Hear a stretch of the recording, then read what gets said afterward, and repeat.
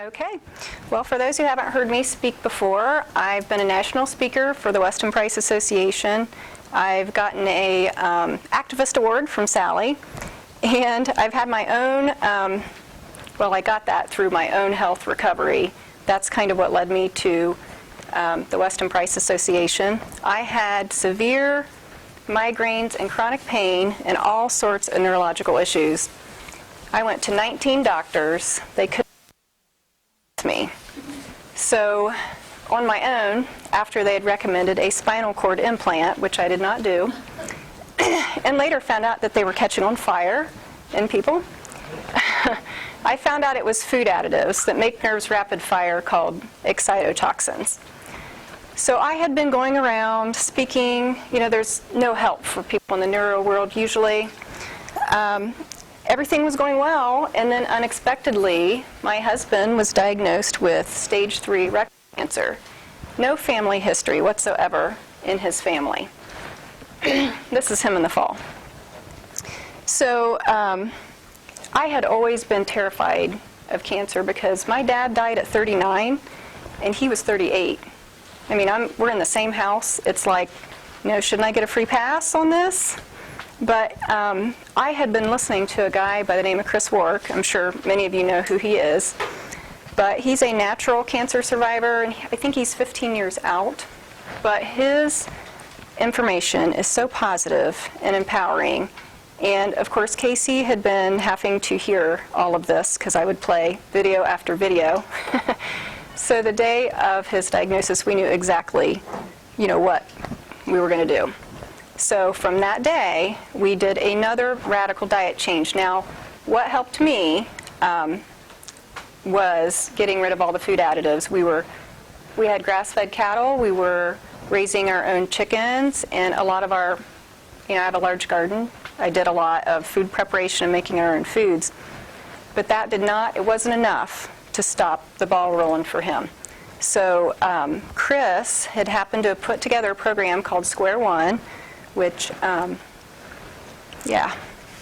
this is the book, but it's a set of DVDs, and it comes with a physical copy also.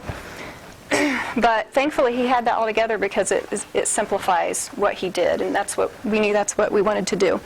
So in 2 weeks of Square One, which is a raw, and I hate to say the word vegan here, because I'm with y'all on liking to eat animal products, raw vegan diet, and in 2 weeks there was a very noticeable difference in his tumor. Now we have pictures of that. If you want to see them, I shared a link to them on the Facebook page. So they're also on chrisbeatcancer.com. I wrote a guest post for him about bacteria in relation to colorectal cancer. So if you know anyone, then that is really important info. So direct them there. So during that 2 weeks also, we had, made multiple appointments for this opinion, that opinion. And the first place we went to, big place up north, and super fancy, and we were expecting new and improved things for treatment.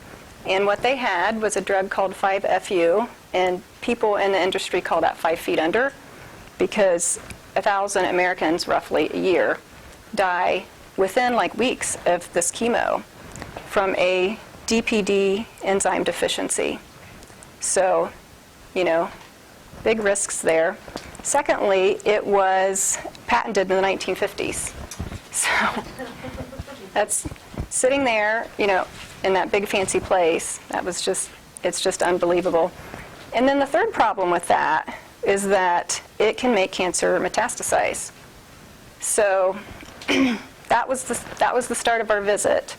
Now, later we got to the surgeon, and the surgeon wanted to do surgery a different way. And, I like to talk a lot of positive things about cancer and the power to heal cancer, but I have to tell you a little bit of the negative too, because, you guys that are here are people that, you take charge of your health. You ask questions, and you want to do additional things to get well.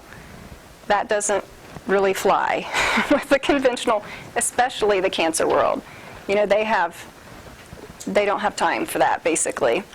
And when I asked the surgeon about this new radical way to do the surgery, and it was a horrible description and sounded, what I heard when he was talking about it and drawing his picture was, "You're hacking my husband into pieces." That's what it felt like he was saying to me. And I asked him how many times he had done that surgery. Twice. So you could be the experiment. Don't be afraid to ask questions. Somebody has to take charge and ask those. And Chris has it's a file on his website, and it's called 20 Questions for Your Oncologist. That is super important because, believe it or not, I have talked to endless people who don't even know they have stage 4 cancer. They know they have cancer. They don't know it's stage 4. And the problem there is when it's stage 4, you're under palliative care, which means they're just trying to minimize a blockage or keep you comfortable. There's no intent to cure. And a lot of people are walking around thinking that that's why they're going through these treatments, is to be cured. So if you ask one question, make sure you know if their treatment has an intent to cure you. The very last part of this appointment was really bad. And they were going to test him for a gene mutation. They recommended us to see a geneticist. And if he had tested positive for this gene mutation, they would do an extra terrible surgery. So they would remove more. And I said, again, horror images going through my mind. And I said, well, do you know if that gene's expressing? Because you can have gene mutations and not be expressing them. And he got really upset with me, and he yelled at me, and he said, "This is not about you." So I really feel I have to tell everyone about that, because you need to be prepared. And honestly, I felt like, I'm a small person. I felt like a raging chihuahua, cornered. That's how I felt. I didn't feel, definitely did not feel comforted by that environment. So we left there, and we had a long drive home, 3.5-hour drive home for us after a horrible, horrible time. And what we were looking for was support, support for his whole body, every single thing that could help him. And, the differences between holistic and the integrative approach, when you get the conventional approach. In conventional cancer treatment, they're, giving you toxic treatments. It's harming the immune system. It's focuses on tumor response. That's another thing in Chris's 20 questions. You really need to know what tumor response is, and I have a slide just for that here in a little bit. But then you look at the holistic side, and it's improve immune system, detox, adds nutrition, focuses on your total body and health, and underlying causes, the main thing, underlying causes. That was very important to us. And so we found a place in Mansfield, Ohio, that did a lot of treatments that were similar to treatments done in Mexico. A lot of people leave the U.S. for cancer treatment because you're really very limited here. And they're actually sticking their necks out probably by doing all this stuff. But there's another place in Darke County, someone just told me about, that does do IBC, blood irradiation, quite a few things that are just outstanding. That's called the Get Well Center, by the way. Now, the other reason we wanted to go there is because of the Greek test. Has anyone heard of the Greek test here? Okay, I have his I have his with me, and I'm going to pass it around, and nobody ever really looks at it, so look at it. But you need to look at these pages here, and I'm going to keep it flipped. Let me back up. The Greek test tests your tumor cells against chemo, radiation, does some genetics, and 45 natural substances. So we were really interested in the 45 natural substances. Isn't that amazing? It's amazing to me they can test if the chemo is going to work. There's a a lot of testing now that's saying, for instance, the mamma print, you can get that now if you have breast cancer, and it shows that I think the figure was 40% of the people who've had chemo didn't need it. So there is endless, can't reach that book, endless other testing that you can do, and this is a great resource for that.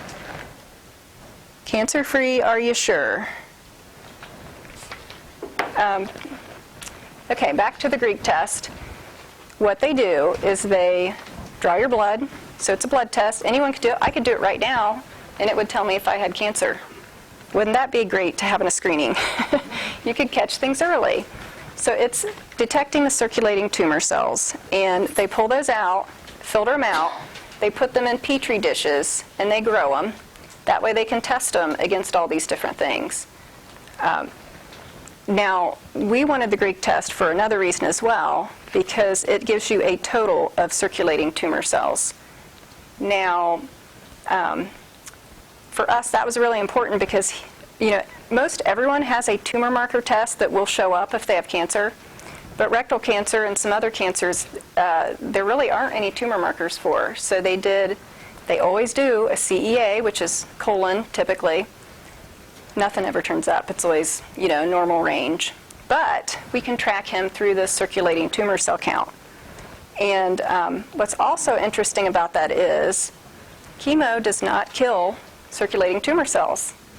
So we had someone who was local who was told they were in remission. And then they went and got this Greek test, and they had a high level of circulating tumor cells. So, every day people are being told they're in remission because our methods here do not detect, they're not even testing for the circulating tumor cells. There are a few tests out now, one's called Cell Search. They're just not as accurate because I've been following them to see. These are the natural substances. I know you guys are interested in those. And you can see what was effective for him. Here. You can just go that way. And then it will get to you eventually.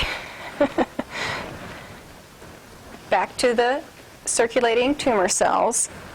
This is a little diagram I made in Photoshop to explain this. This is really important. Why does cancer reoccur? You hear the person's in remission, and then 6 months later, whatever, they do another scan, and a lot of times something turns up. And why is that? Well, first of all, they didn't get rid of the circulating tumor cells, but they are telling people that the tumor had a good response, like it's shrunk.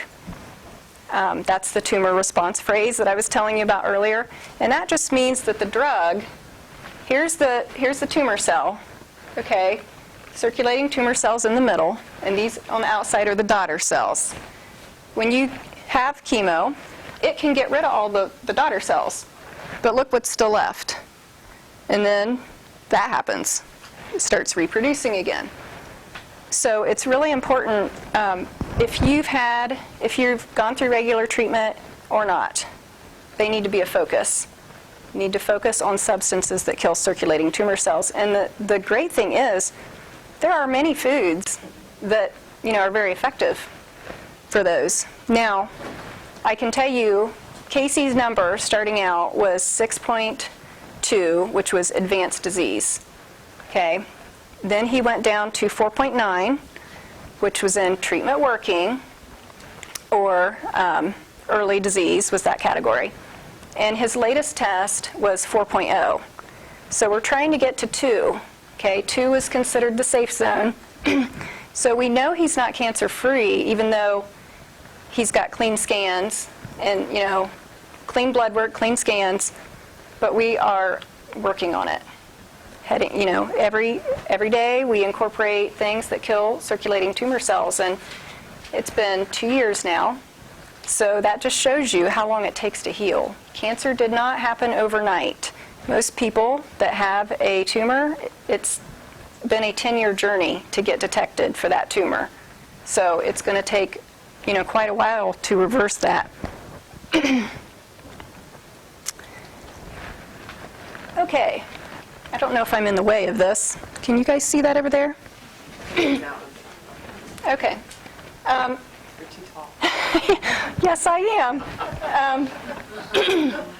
These are both articles from Ohio State. I'm going to get hoarse now from trying to talk loud. I'm a soft talker.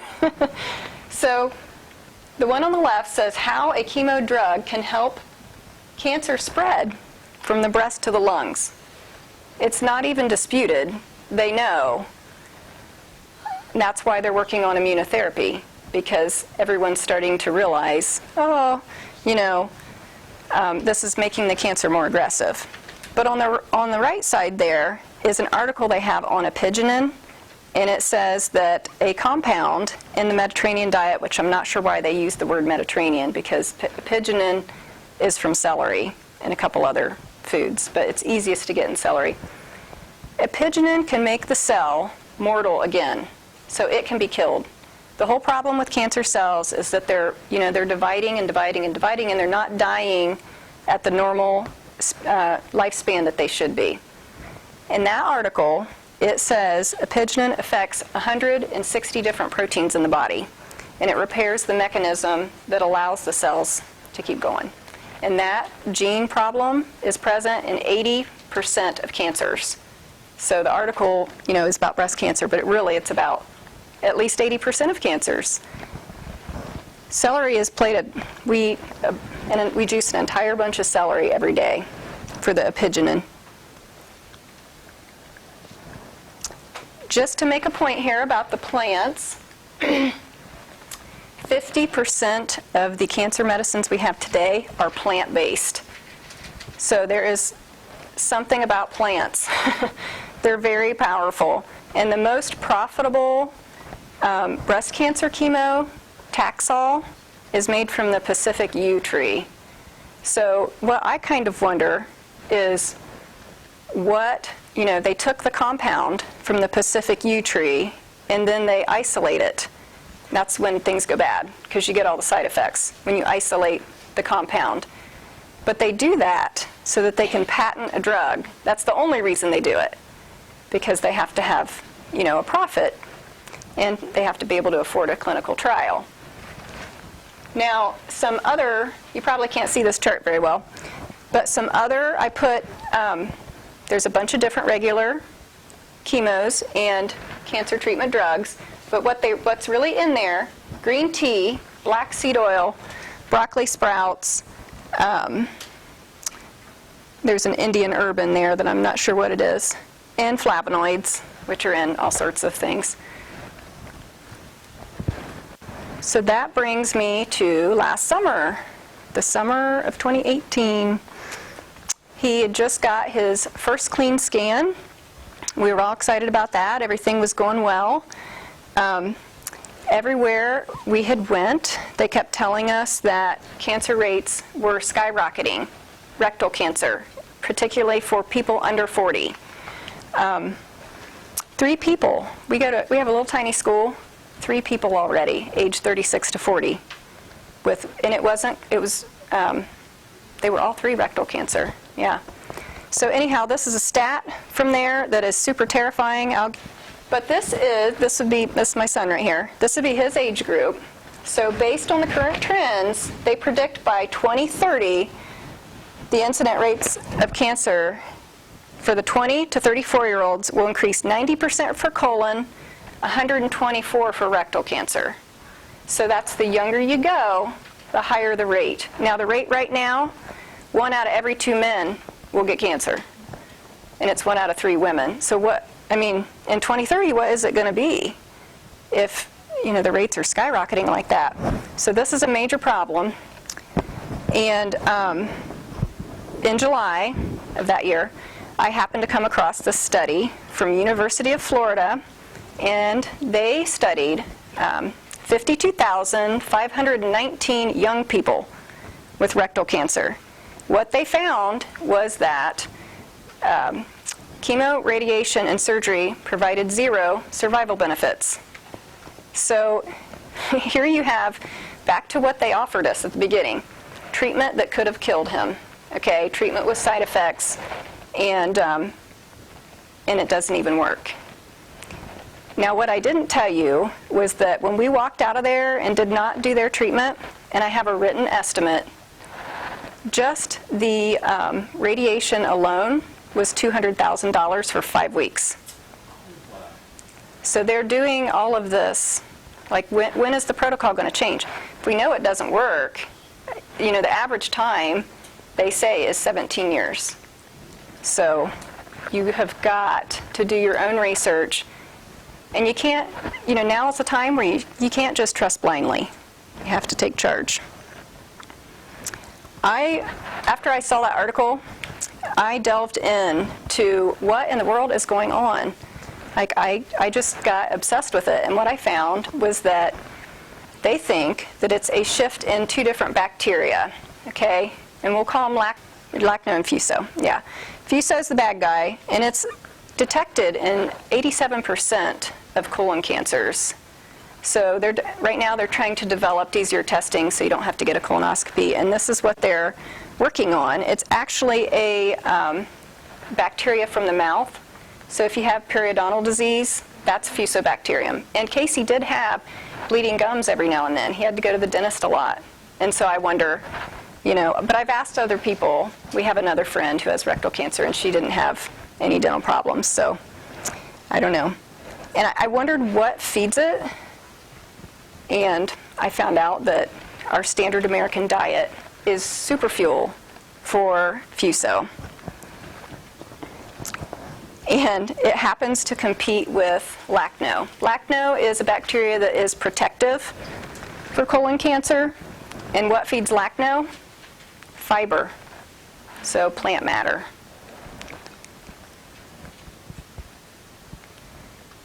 So that led me to this book here. And this guy, this is a really fascinating book. This guy did all sorts of diets. Jenny Craig, lived with the Hunza tribe, keto. I mean, he did like everything he could possibly do, low carb, for a year. And he tested his poop every day. And what he found was that he could shift his microbiome in 2 days. And it all depended on the amount of fiber.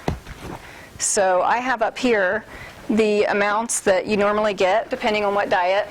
And so paleo 19, or that's paleo-like. We'll call paleo 25, okay, grams of fiber. And then vegetarian 32, vegan 43, but the African kid 30 to 150. Now that's interesting. They have 60 times less colon cancer in Africa than we do here. So, you know, they are just loading up on the fiber. Interesting things he found was that low carb killed his gut microbiome. So carbs are very important in feeding the good guys. Other interesting things was the Hunza tribe did not have, after infancy, they didn't have a couple of the bacterias that are normally in our probiotics. So the thought there was, are those competing with native bacteria? Now there have been a couple different studies now that show, one of them, they were surgical patients, okay, and they gave the 2 groups, they gave them both antibiotics, and then after recovery, after the surgery, they gave one group probiotics. Well, that group with probiotics took way longer for their native bacteria to be established. So that kind of threw everyone for a loop, because I've always been all about probiotics, you know. And I think there are good probiotics. I've taken and had good reactions. That one, yours is one of them. Yeah. But I think we need to just keep that in the back of our head, because we're very early on as to what is going to take out lacno or feed it. So it's just a thought there. What's the probiotic that you're talking about? Firm Pro Plus. I felt like I felt good on that probiotic. FERM. Is it Firm Plus Pro? Okay. Yeah, Leah has it right here. Right, okay. Okay. Just recently, maybe last month or the month before, Dana-Farber, this is just shocking, they opened up a young onset Colorectal Cancer Center, a whole complex for young people. This is just, yeah, that is just should never happen, right? They got some money donated to them from the UK Grand Challenge. It's where they get donations and they give them to a team of experts, and they try to find a solution for a problem. So this money that they've gotten, they've created an artificial gut where they can grow an artificial microbiome, and it's being done in New York. So Niagara Falls is where the robo-gut, they're calling, is kept. And lo and behold, it's those bacteria that they're working with. They're thinking the key to many cancers is the microbiome. Things that fuel cancer cell growth. Okay, we've got, these are all animal products, but don't fret. This is just a strategy, if you are in a situation like we were, that you can use, and it makes really good sense when I explain it. Heterocyclic amines there at the top. That is when you grill a steak and it gets the char. They're known carcinogens. You've probably heard not to eat those. So you want to avoid those. You can lower the amount if you marinate the steak. And there are certain spices, and Chris talks about that in this book. There are certain spice combinations that almost totally get rid of heterocyclic amines. So if you're gonna cook meat, it's even better to marinate. Methionine is an amino acid, and it is known to be like fuel for cancer cells, gas on a fire. And you'll see amino acids at the bottom too. There are many cancer therapies that will eliminate certain amino acids, and it's simply because they help cells grow. They help cycle, make the growth cycle faster. Heme iron, cancer cells love heme iron. A lot of the anti-cancer substances do something with your iron or the B vitamins. There is actually a study where this sounds like something you wouldn't want to do, but they induced a B2 deficiency, and it halted the mitochondria from reproducing the cells while they could hit it with chemo. And it produced, it was very close to a cure. So those things simply help it go faster. So a good strategy is to, in my mind, slow it down. Animal protein, it doesn't react the same as plant protein because animal protein contains the amino acids and methionine. It also raises IGF-1, which is a growth hormone. We know that Casey has a problem with that because it's in that Greek test somewhere that somebody has. He has overexpression of that gene. mTOR is another pathway that's affected by animal proteins. Now, I had, being a Weston Pricer, and here we have a field full of grass-fed cows. This was not what we wanted to do, but it seemed like the perfect. You think about it logically. If you're adding in, and I'll talk about the anti-cancer substances more, like apigenin. If you're adding in massive amounts of plants and being able to slow the growth, that has helped so many people I know. I have told a couple different people in our community about what we've done, and they've tried Square One, and 2 of the people have had measurable shrinkage on their tumors at about a month. So it's not forever. You don't have to be without animal products forever, but it can really help you knock them out. I really dug into this no animal because didn't set right with me. Grew up on a farm, still on a farm. But I reread Nutrition and Physical Degeneration, Dr. Price's book, for the second time. And this time I highlighted and stickied every time he mentioned diet. And what I did, I completely did not even realize the first time I read that, most of the African tribes were vegetarians. I don't know how I missed that. But then after that, came the people who had a lot of fish and fruits and vegetables. the small amount of tribes that he studied, I think there were 3, consumed a fair amount of animal products such as blood. I'm not going to eat blood. I mean, maybe if it was a rare steak. But it was blood, milk, and mostly bones for soup. These tribes did not value the muscle meat for some reason. Now, the Northern Indians even gave the muscle meat to their dogs. And I have all that in here if anyone wants to see it. But, and like the Swiss ate meat once a week. They were eating cheese every day, but they weren't eating all forms of animal product all day long, like we were doing. I mean, that's what we were doing. We'd have eggs for breakfast and some form of meat. I mean, meat was the centerpiece of our meal. And it was just the second look was really surprising to me with a different lens. Something else that I didn't mention about the people that he studied. You know, those things that I mentioned in animal products, only one of them is actually a carcinogen, okay? There's only one that causes cancer, the heterocyclic amines. Now, the rest of them just help cancer grow. So if cancer wasn't a problem, then probably the animal products weren't either. So the indigenous people that he studied were not having the exposure to carcinogens that we have today. We are just being bombarded in every manner. So I really feel like we need to increase our medicine, and the medicine is in plants. This is square one. That's the program we did, and I just want to tell you what we eat per day, because most people, first of all, my husband loves to hunt. I mean, hunt, turkeys, deer.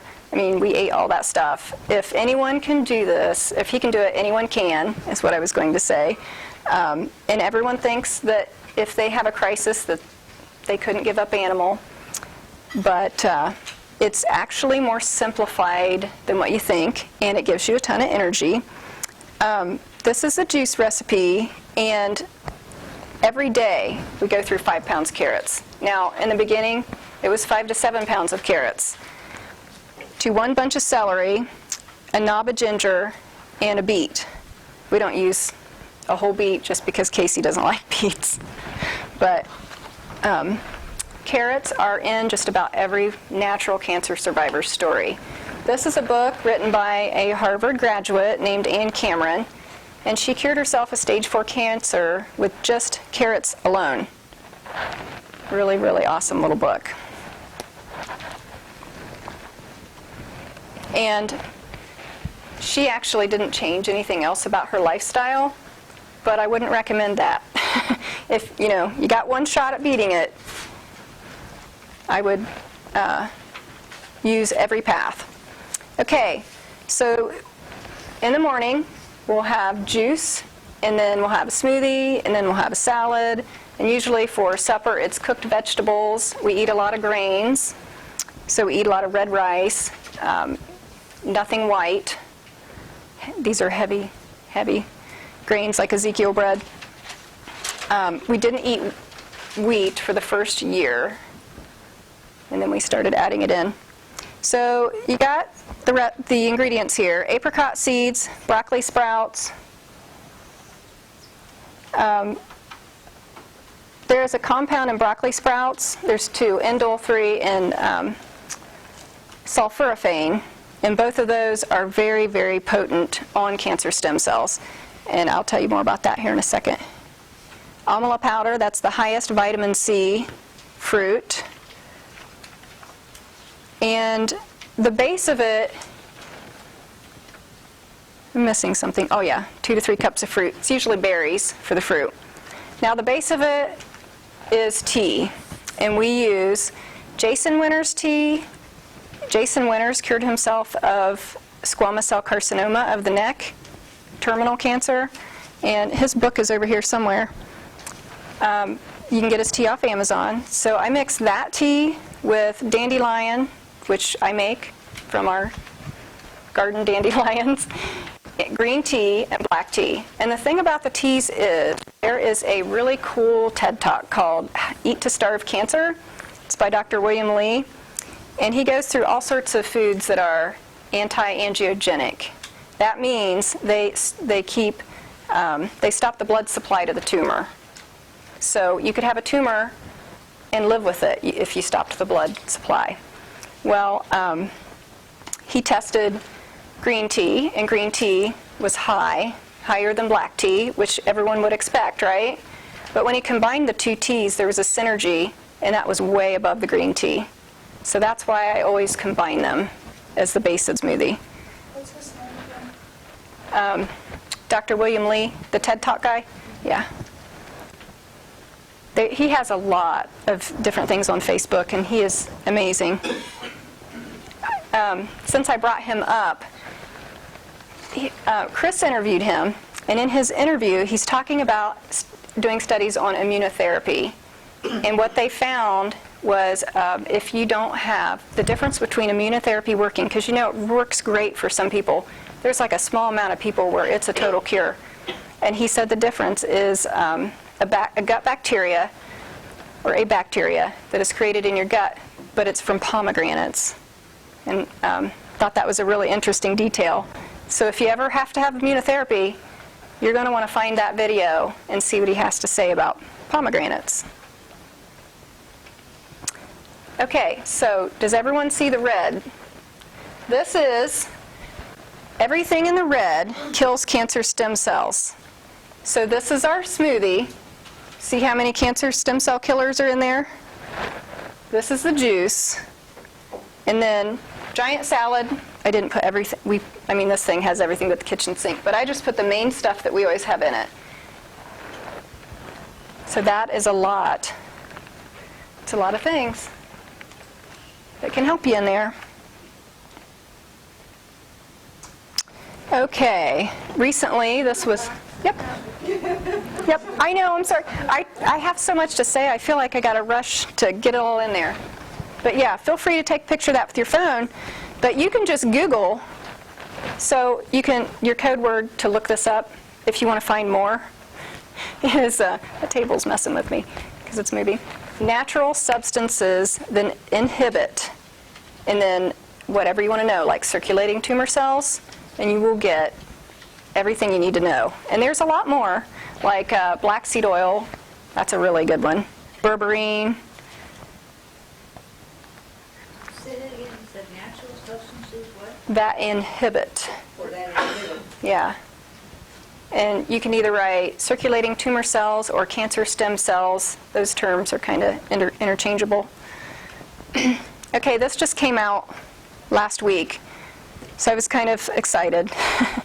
This is a guy from Harvard, and he's really excited because they learned about how awesome broccoli is, which we've already known. But that's okay. At least it's reaching mainstream. But it changes a pathway that's one of the most important tumor suppressors, there is.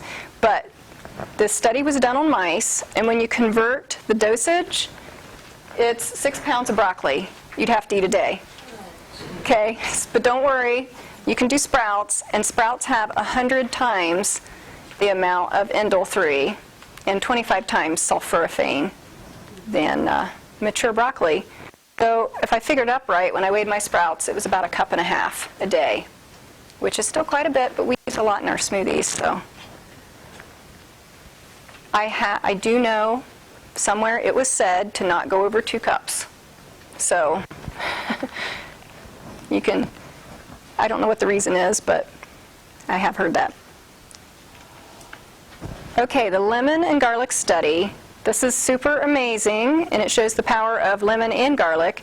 But they did a study on mice, and they divided into 4 groups, and there were mice that got lemon extract, mice that got garlic, mice that got both, and mice that got none.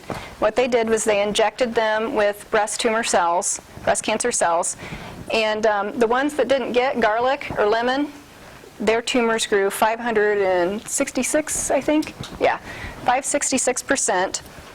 Now, tumors shrunk by an average of 91% and completely disappeared in 80% of the mice treated with both lemon and garlic. So, if you want the dosage, it's about 36 cloves to 1 whole lemon, and it's really potent. you will definitely want to chase that with water. But the dosage is 3 teaspoons a day. That can all be found on Chris Work's site. If you just put Chris Work Lemon Garlic Steady, it'll walk you through how to make it. And the time frame, because mice have a shorter lifespan, it was about 1.5 years if you were to convert that to people years to be cancer-free. This is something that we do. So, and I grow organic garlic, and I think I had 7,000 bulbs that I harvested last year. It was a crazy amount. But when I take that lemon garlic, it makes me hungry the rest of the day. Like, that garlic taste is just, I'm sure it keeps a bubble of people away from me, but I love it. Did you say it makes you hungry? Yes. Well, garlic does increase your appetite.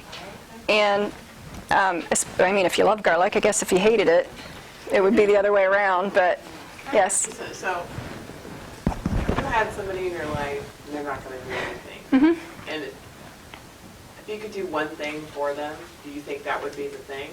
They wouldn't, if they weren't motivated to do anything, they definitely would not drink this mixture. What about, if you made I will tell you- that say, hey, take 3 teaspoons of this a day. You don't think they would do that with maybe some water?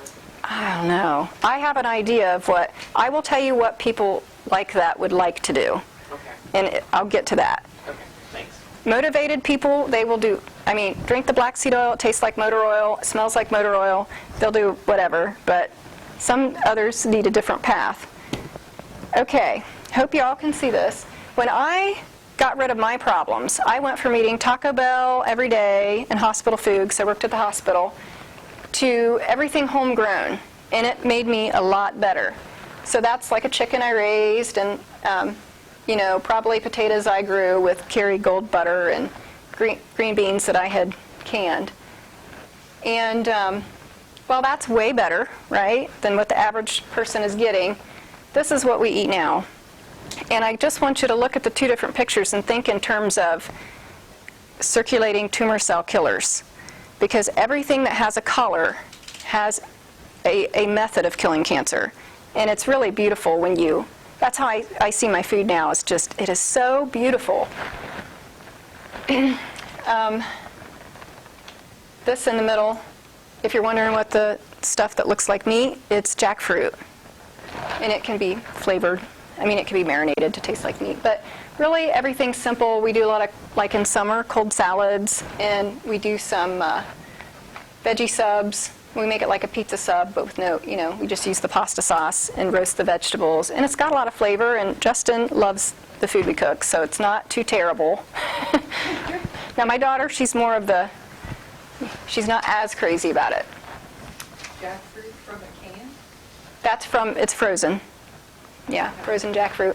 And now, we did stuff like that at first because it was such a radical change. But honestly, I don't even like the taste of I haven't found any that I really like. So my burrito bowl now is just everything but the meat section of whatever your burrito would be. It's like, some red rice, some cilantro, tomatoes, salsa, black beans, avocado, and I could eat a massive. It's making me hungry. We're going to have to stop at Chipotle on the way home. Okay, survivors. That brings me to Leah's question. What do you do if somebody's not motivated? Well, this is the buzz right now in the people who don't want to do chemo and radiation. He has cured himself of small cell lung cancer with a dog dewormer that you could buy at TSC or any farm store. Now, that may sound far-fetched, but there's an ingredient in there called fenbendazole, and it stops, they've known forever that it can stop cell division of cancer cells. It stops the P50, returns the function to the P53 gene, and it stops another, I think it's called Win beta 8 pathway, that helps tumor cells grow. So I learned about his story, and I've been obsessed with reading it and following. He has a Facebook page. And there are some people getting results, and it's very early on because this has just been shared.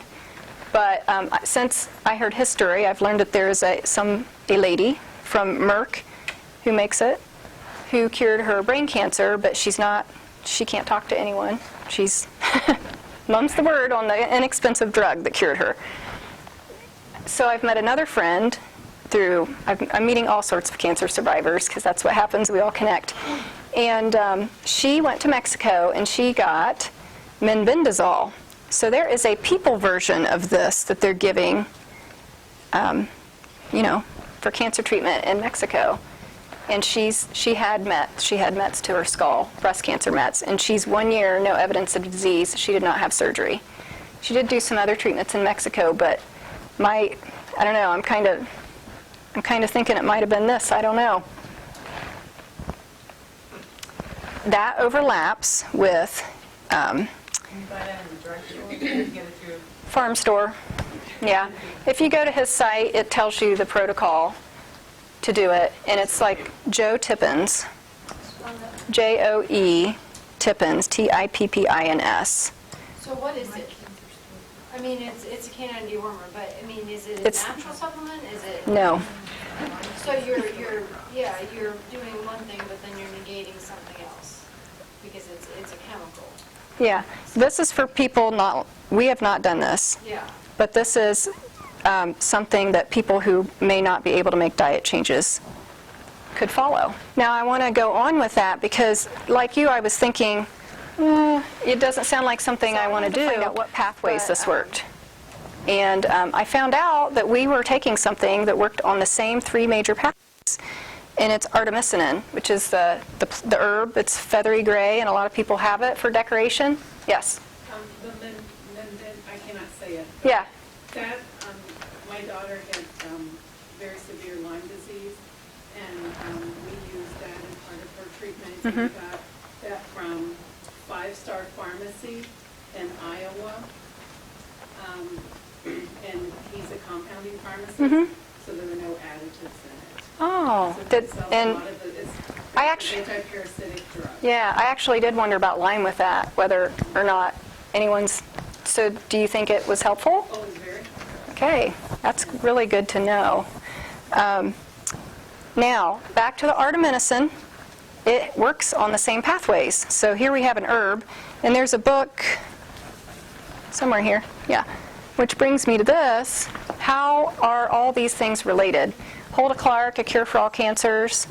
This is a whole bunch of cases of people who cured themselves, and they used artemisinin and clove and black walnut is what they used. So there is the common path there. So I didn't stop there. This is really tiny, and I don't know if you can see it. Spell artemisinin. Oh my gosh. ARTMEN. IN? Well, I think it's IN. But you can. You might not be able to read this because it's like a crazy person's work. Can you read it? Can I read it? Yeah. So these 3 columns are, the top 2 are the dewormers that I've just discussed. And see how there's an X in the first 3 columns? That's how those work. Now, look at what else works the same way. We've got genistein, which is something Casey takes, sulforaphane, that's then your broccoli sprouts, curcumin, ECGC is green tea, resveratrol, that's where your grape cure comes in, and apigenin, which is in celery, quercetin, onions, vitamin C, berberine, black seed oil, garlic. I'm not done with this yet. I just started doing this last week, but I thought it was really interesting. Look at how many pathways these black seed oil affects and garlic. And vitamin C is not on there because I took this picture. I mean, I figured out more pathways after I took this picture. But it just shows you that people think that there's all these different ways that people are getting cured, but to me, it's all these similar ways. Now, some of these have additional pathways that could be helpful. So maybe this substance works on these first 3, but you need to figure out the rest of them. Very, very interesting to me. So they're kind of, like, when I see that, it kind of reminds me of like essential oils, where there's all the different essential oils that do the same thing, but it's what's in either you're available to you or what your preference is. Yeah. And it can depend on the cancer. I mean, if your cancer, what I'm finding, which I'll talk about in the next slide, is that the same thing is working for all types of cancer. But maybe it could work faster. Maybe if you could hit every single one of these pathways.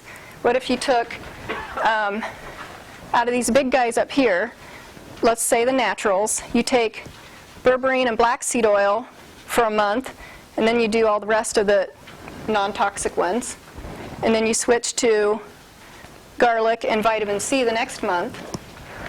You know, that might be, I don't know. I mean, that's kind of what the Greek test tells you to do. The supplements that were found to be effective for KC, you're supposed to rotate them so you can't get resistance. So that, I would think this could be used the same way. Now, there's a lady that wrote a book that's really good. I haven't finished reading it yet, but this would be the book for your family member that can't do the diet change, okay? How to Starve Cancer. And she's using a lot of natural stuff and also cheap off-label drugs. And she's a stage 4 survivor herself, and that's what she used. And basically, she uses these drugs to starve the 3 fuel sources of cancer. So they can survive by using glucose, by using fat, by using amino acids. They can switch their fuel source. So, Jane McClellan. So How to Starve Cancer Without Starving Yourself, basically, is her. And there's an interview on Chris's site with this lady. It's really good. I haven't shared it yet, but this, my other little project, these are, I have gathered about 260 some natural cancer survivors. And I've put them all in this Excel spreadsheet and wrote down their stages, what they did, and how many years they've lived. Because that's what, I mean, aren't we all trying to find out the fastest way and the least toxic method to get this issue reversed and healed? But it's color-coded, so if you see dark green, they're people that change to a vegan diet. Light green is 95% plant-based or so. And then the orange is keto. And this lighter orange is a different kind of keto, which I'll explain. There's, if you're newly diagnosed, it is extremely confusing out there. You could read like the Truth About Cancer book, and it's going to give you like all these 25 different things somebody did to cure themselves. And it's really, if you look at it this way, you can hone it in to one area. And right now the buzzword is keto, and you can easily see by this chart that there are no long-term, I have yet to find a long-term cancer survivor that did keto. And it's probably because, you know, the cancer cells can switch the fuel source. You'll get that temporary shrinkage just like you would if you were fasting. But long-term, you're not getting the additional fiber, for one, to get rid of the underlying problem, and all the other anti-cancer substances that you would be doing if you weren't filling up on animal products. Now, which, if you get rid of them, you're going to be hungry all day long, eating plants. But that, in this situation, is good, because you need a big dosage. And something I just learned recently was that fat sequesters nutrients. So if juicing, like the minimum dosage for carrot juice is 40 ounces to shrink a tumor. But if you're overweight, you might need 60 ounces or 80 ounces, because you can't flood your body as easily as if you didn't have those fat cells. And I thought that was pretty fascinating. Now, back to the keto. This lady up here, she is 9 years out, Elaine Canton, and the thing with keto is you could do keto vegetarian. She does a high plant keto. She eats 10 cups of vegetables a day, and she's doing the best of any of the keto people that I have so far. Now that data could change, because that's a newer thing, right? So it's something that I'm going to follow. But look at the numbers. You know, we've got people 38 years, 44 years, 33 years. We've got some really, really, really good long-term, and that's what we're shooting for. If you're ever confused about it, you know, what you should do, we only have one set of data, and it's from long-term survivors, because nothing else is going to matter. in the short term, I don't think. This is, I have that somewhere. Oh, right here. You're going to love this. So Justin passed that around. And you can just get an idea of what I've done. These are different kinds of cancer. Yeah. Yep. We've got breast, colon, different kidneys, CLL, leukemia, lung, lymphoma, multiple myeloma, neuroblastoma, pancreatic, prostate. The thing is, high dosages of plants are helping all types of cancer. So I think that's really encouraging, that there's not a mass confusion here. And I think it really has to do with the dosage. You know, can you get enough in? Like back to the dog dewormer, maybe that, what I would like to see with that, I want to know how much dosage of that it takes to stop cancer cells from dividing versus all these other substances. Because that might be the difference if the person can consume enough of it, the anti-cancer substance. Are you incorporating coffee into this? No. He had rectal cancer is so low that that's just not a possibility, or one that he wants to think about. Now, he did say, you know, if he was stage 4, he was stage 3, and, you know, everything's been good so far, but I think he would rethink that if he was stage 4. There is a guy named Rob Newberry. You might have seen his picture going around on Facebook. Tim McGraw did a video, and it was like, it was a recovery story, and it like kicked you in the gut, made you want to cry, and it was happy at the end. That was him, young man diagnosed with terminal colorectal cancer. He did treatment, it failed. He did Gerson, so he did coffee enemas and raw vegan diet. And he is, I think he's 6 years cancer-free now, but it's just really encouraging. He swears by it. And they have, after his diagnosis, they ended up having twins. So it's just like it's a real happy cry if you need one. Some people on my list I thought were interesting was PBS chef, you know, Cooks with Christina. She is a 36-year lymphoma survivor using food. Jay Kordich, he's the crazy juice guy that was selling juice machine, or, you know, juicers for a long time. Jim Carrey parodied him. It's really funny because he's very, he's just really happy that he cured himself with juice. And he died, I think, last year at the age of 91 of natural causes. But he said he started juicing carrots, stopped peeing blood. And in my chart that's being passed around, there are several bladder cancers that cured themselves with a combination of apple and carrot juice. And that's something I'm trying to document if, you know, if the people say what their juices were, you know, what they used for their juice, then I want to know. What type of juicer do you recommend? I have a Champion juicer. It is a workhorse. Now, these guys here, I have these 3 on the bottom because this guy, Paul Krause, he is a 20-plus year mesothelioma survivor. That doesn't exist in the conventional world. So all these people use the same methods, which was a high plant, low animal solution for their health problem. Carl Helvey, he's still alive, by the way, and he's on Facebook. He's like in his 80s. But he's a 44-year survivor of lung cancer, and there just isn't any that I have found. He's known as the longest living one, I think. And we've got a pancreatic. So I picked the top 3 that currently, you know, don't have a solution for. So, and that brings me to me being here tonight, and I'm not someone who loves to do public speaking. It's kind of grown on me a little, but I do it because I just absolutely cannot stand that people aren't being told all of their options. And to think that, you know, chemo, radiation, surgery are your only options is crazy. And what's crazier to me is that we've got all these people, and their information is easily available, and no one will study them. They're searching for the cure, but they won't take in any data. Your data is not wanted.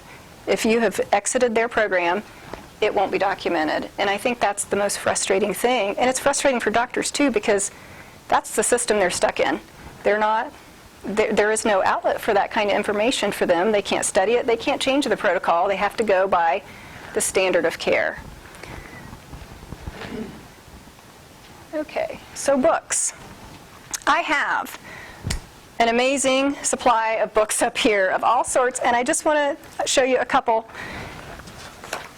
This book here was written by someone who works for Ohio Health. Well, he's retired now. But it's Dr. Ben Sanadad, and he had terminal esophageal cancer. And he lives in Marion. But he's 22 years out, maybe. And this book was banned from the Marion Hospital gift shop. Can you believe that? I worked for Ohio Health, and I actually worked for this man, and it just kills me that I didn't know his story. I mean, I can't believe they didn't have like a shrine saying, look at him, giving all these people hope. There was a guy. People would be put out of business. I know.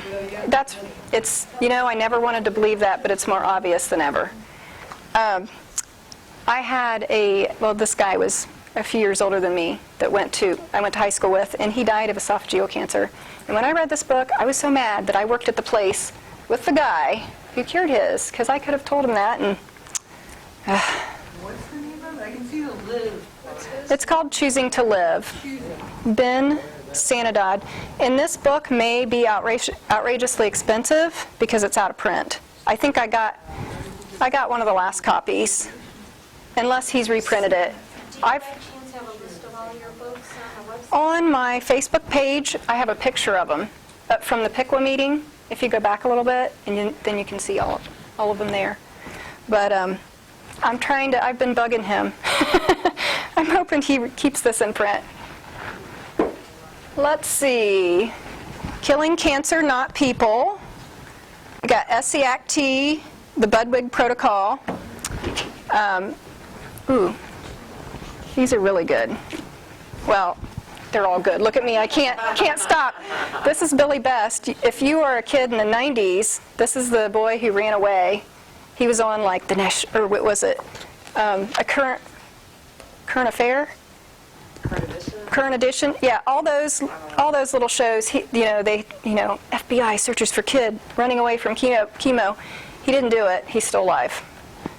So his method. He did change his diet. He eats meat now.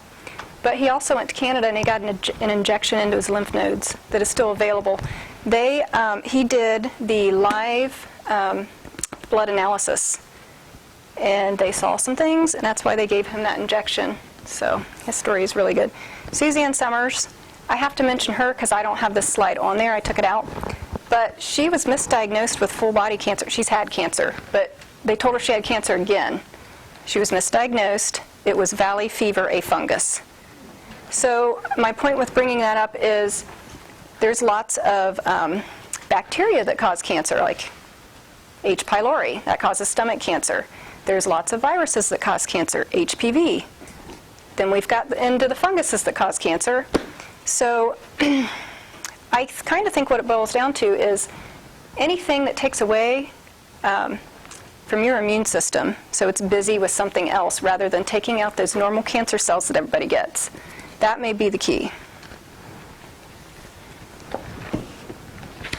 Okay, I won't talk about any more. I'm not even going to look at that table, except these two.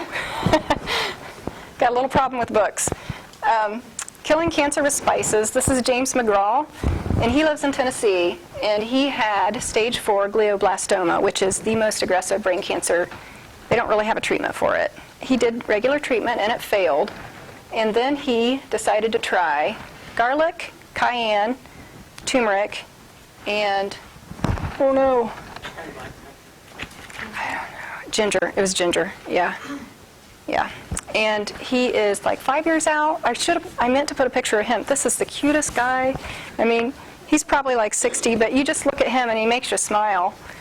Really, really good person. Okay, last book. This was written by a brain cancer survivor. He's now passed away, but he made it like 20-some years. And he said, he's in the movie The C Word. if he would have known, all of this stuff, he feels like he could have totally kicked it. But it came back after about 20 years. He was very busy and not taking care of himself, I think, doing a lot of speaking and things. But in this book, there's these nice little charts of what to eat per cancer. And these are foods that have been tested against cancer. And a lot of times they're similar, but it's interesting that all of these have been laboratory tested and how for their kill rates. Garlic's been tested too. Garlic kills 34 tumor cell lines. What's the name of that? This one's called Anti-Cancer, A New Way of Life. Okay, does anyone have questions? I'm sure, okay, you. Do they mention how the animals are raised, if they're like CAFO farms or grass-fed? It is worse, of course, but all of those things that I mentioned are in really good quality animal products too. So So it's equal across No. the board then? no, factory-raised animals have additional bad things. Right. And their omega-6 ratio, and 3 is off. Every piece of flesh has hormones from the animal it came from. And so, there's just various factors. And I really think that if we didn't have the carcinogen problem, I would guess that, I would say 95%. Right now, I feel like 95% plant-based is a good way to go. I don't think vegan is the healthiest way to go. I think it is really good to overcome a very serious issue. And Casey has not had any animal. We did do Budwig for a little while, if you guys know about that. It's flax oil and cottage cheese. So when he was at his lowest weight, we did Budwig here and there. But he hasn't had any meat since December of December of 2017. No animal products whatsoever, but one egg. I think you're only able to eat enough of it if you're not as full. Could be one thing. If you're eating filling foods, it's going to make it really hard to get the dosage of plant matter that is fixing all those cancer types that I had up there. But back to Dr. Gonzalez and Linda Isaacs. Dr. Gonzalez has spoken for the Weston Price organization, and he's got it's called The History of the Trophoblast, which I love, but everybody's probably snoring. But even he divided up all of the cancers. Solid tumors were given a vegetarian diet. So now you're down to just the blood cancers. Now the blood cancers are the most treatable by chemo. So, there might be a tiny little difference there. I don't know, but I've got tons of blood cancer survivors. The hard thing is with that is how long is enough? Like, we're at the 2 years, and I'm kind of like, I kind of feel like maybe he should at least have some eggs or something, but do you want to change? Like, if this is working, do you want to chance it? It's a hard, very personal decision to make. And with where his, tumor was located, that's not an easy surgery. And it would be hard. I don't see him deviating anytime soon. We'll put it that way.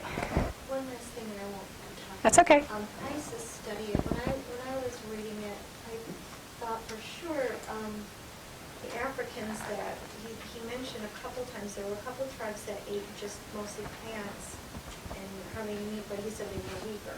Yes, I have that quote. Does anyone have the paper? No, for the Western, yeah.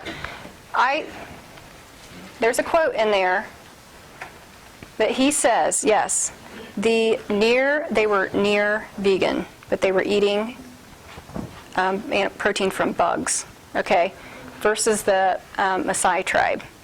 And what he said that people don't realize is that in that one quote, he faulted the veganish tribe for being weak because the overly aggressive Maasai tribe overtook them. And then he put any extreme.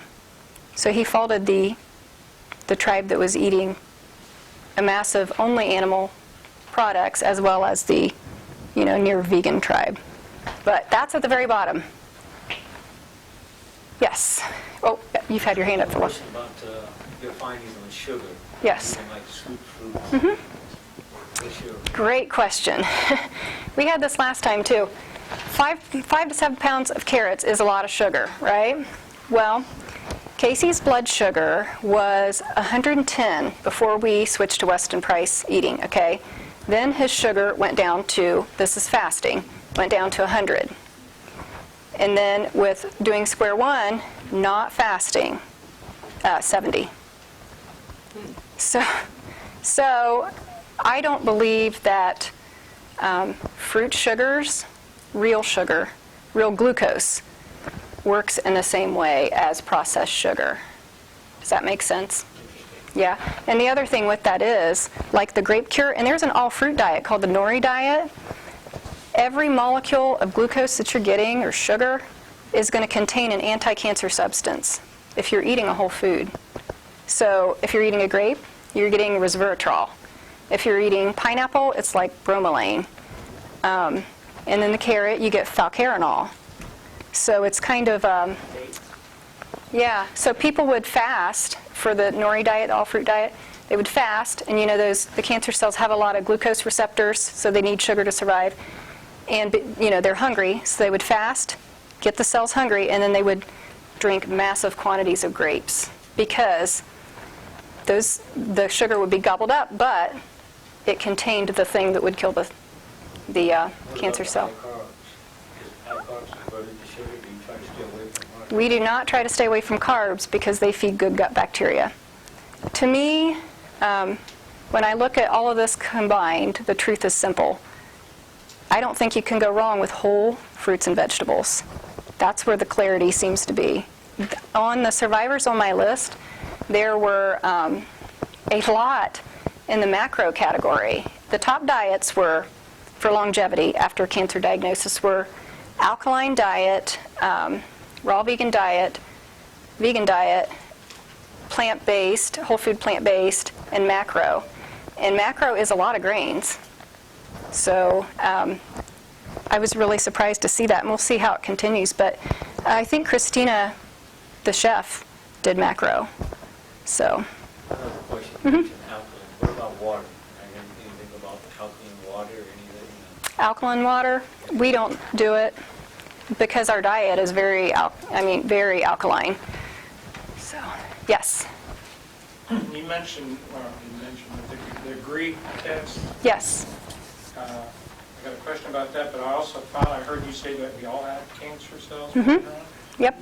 Everybody has cancer cells. Okay, so the Greek test, does it tell you what kind of? It does, but it doesn't pick up under a certain amount. There's a normal range. So you got to. If I wanted to have the Greek test done, how would I go about doing it? You could get it either from Mansfield or the place in Greenville, I believe, right? Dark County. Yeah. Okay. Greenville. It's close. So you don't Okay. have to have a doctor's prescription to do You see a doctor, like the doctor in Mansfield. You go there, you get an appointment, and then he'll probably ask you why you want the Greek test. And then you go over to their alternative side, and you just are dealt with over there. You know, we've seen him a handful of times. You know, there has to be a doctor supervising all of the alternative stuff. So you have to get in there, and then you can get your test ordered. And they have different tests for, if you don't have a cancer diagnosis, they have other ones that might be more specific to different cell types. And it's an expensive test? The Greek test is very expensive. Get ready. It's $3,000. Now, you know, that sounds really bad, but then when you think about how expensive your supplements are, we felt that it was a really good way to target your supplements that you need, because there were like 14 different things that were effective for him, and we can just keep rotating them, and some of those are pretty expensive. They're like $100 per bottle. I wouldn't want to be guessing on that. Now, with that being said, the Greek test does not tell you, it only tells you for sure what is effective outside the body, because these cells are outside in petri dishes, right? It can't tell you if something is effective by working through a pathway or by repairing DNA. There's all these other things that foods can do and work through inside the body that can't be tested. So he had some things that were shown that are in cures that people mention. We still do them because it doesn't rule those out. Does that make sense? Okay. Yes. In the survivor list, you did have a couple, I think, with leukemia, correct? And so they respond well to this kind of diet. Yeah, I haven't found. So, I'm sorry. Go ahead. But also, you said that that's the easiest to treat with chemo? Well, blood cancers, yeah, chemo can be very effective for certain blood cancers, that and testicular cancer. So, it's good to be informed about all of your options, And if you do go through treatment, then it's good to be informed how to make it even better. Like, for instance, if you fasted, there's a lot of evidence that says if you fast before chemo, a lot more effective, and then it eases the side effects. Yeah, and vitamin C too. Now, some doctors don't like you. They tell you not to do that kind of stuff, but there's so many things that could help everyone, no matter what they're doing. They just need to know. Anyone? I was going to ask about the vitamin C. Are you guys supplementing, other than the fruits and vegetables that have it naturally? He did high-dose IV vitamin C after the 2-week mark. So we know the difference in his tumor was from food alone. Then we did as many natural IVs as we could. So he did, like the Myers cocktail was part of his nutrition when he had the ileostomy because it's hard to keep weight. He did IVC, and he did these only after each surgery because he had to go back to work and couldn't make it there. So for 2 to 3 times a week for 6 to 8 weeks, he did IVC, and then IV silver, IV ozone, IV hydrogen peroxide, blood irradiation, and some kind of lymphatic massage. So, yeah. Well, it was a thing that they put on him. Is this through a clinic? It was through that place in Mansfield. Yeah. The Get Well Center. Really easy to get to. One other thing I went to a holistic place is that your teeth, your root canals, if you had root canals, each teeth is related to, and also if you had any mercury. Amalgams. Casey did have his amalgams out, and we got him out. Dr. John Johnson in New Albany. I don't know how far that is from here, but. And also they said your emotion. You got to get to the root of the problem, what caused that. Hey, guess what we're working on? I'm trying. Dr. Garcia said if you can't do that, you'll never heal. I really believe that, and at first I was annoyed that everyone that's sick has to have some kind of personality, thing stuffed down there. But the longer, this goes on, the more I believe that. And he is he's one of the nicest people in the world, and they say, nice people, they keep it all in. And, yeah, so I'm certain that's one thing that we have not worked on as much that I wish we could. And sleep. He does not get good sleep because he's on call. So there are some things that we could. There's frankincense resin. Take like 2 tablespoons of that and put it in a quart of hot boiled water and let it set overnight and then drink that throughout the day. So the frankincense, the resin, chemistry, and the frankincense. The curcumin he takes has frankincense in it. That and black pepper. Something else too. Any other questions? How did on the diet of a vegan or almost vegan, vegetarian, whatever, how do you maintain the protein and give protein in? Protein is one of the I feel that it's one of the least important things. I've worked in a lab for over 10 years. I'm a lab tech. Yeah, and I've never seen anyone deficient in protein unless they were an end-stage cancer patient. If you have excess weight, you are good to go on protein. Unless you're clinically underweight, that would be the only time you would likely have a protein problem.